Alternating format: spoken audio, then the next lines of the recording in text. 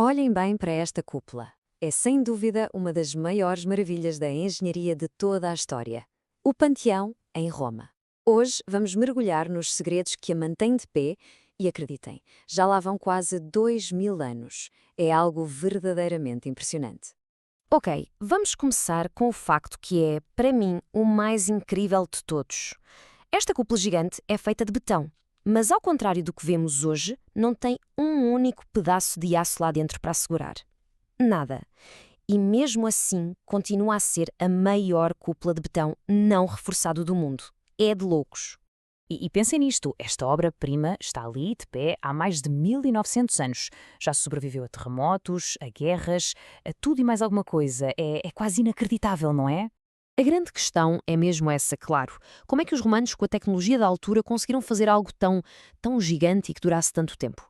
Bem, eles tinham uns quantos truques na manga e é isso que vamos ver agora. Então, a primeira peça do puzzle está no próprio design.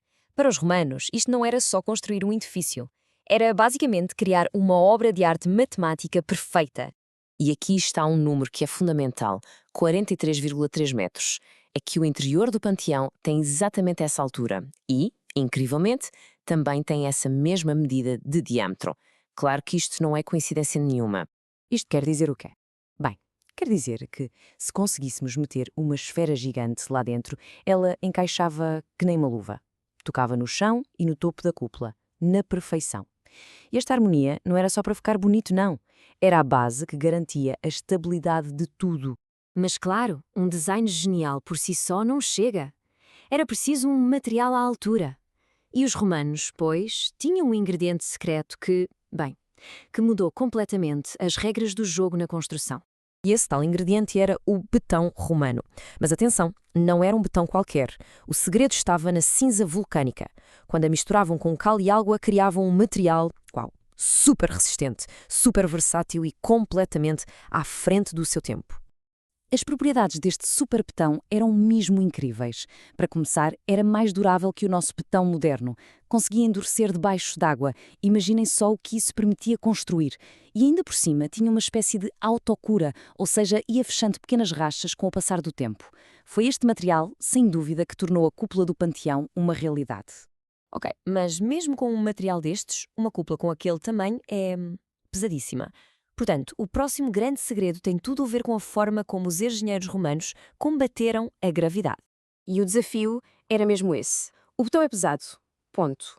Uma montanha de betão como aquela, em forma de cúpula, tem uma tendência natural para se achatar e empurrar as paredes para fora até tudo ruir. Então, como é que se resolve um problema destes?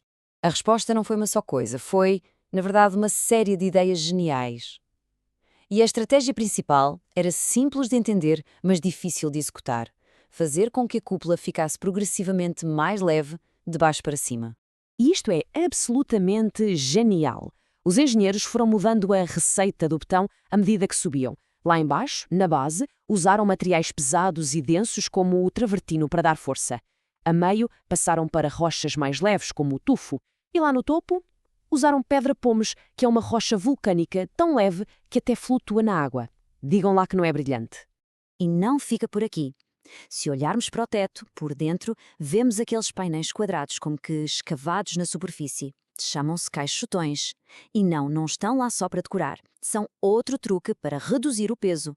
Cada um deles retira toneladas de betão, o que torna a cúpula muito mais leve, mas sem enfraquecer. E não estamos a falar de meia dúzia. São 140. 140 caixotões esculpidos no teto, todos a fazer o mesmo trabalho. Aliviar a carga, tirar peso de cima da estrutura. E, finalmente, o último truque para tirar peso é talvez o mais famoso de todos. Aquele buraco no topo. É o chamado óculo. E este olho, aberto para o céu, faz duas coisas. Primeiro, claro, deixa entrar uma luz espetacular. Mas, do ponto de vista da engenharia, remove peso precisamente do ponto mais fraco de qualquer cúpula, o centro. É mais uma jogada de mestre. Portanto, quando juntamos tudo isto, a geometria perfeita, o superbetão e todos estes truques para reduzir o peso, percebemos que os romanos não construíram apenas um edifício. Eles criaram um legado que ia mudar a arquitetura para sempre. A prova disso é que, ainda hoje, arquitetos e engenheiros de todo o mundo estudam o Panteão para perceber até onde se pode ir no design e na construção. É literalmente uma aula de história viva, escrita em pedra e betão. E a sua influência, bem, está por todo o lado. Se pensarmos na cúpula da Catedral de Florença ou no Capitólio dos Estados Unidos, por exemplo, todos eles, de uma forma ou de outra, foram inspirados pelo Panteão.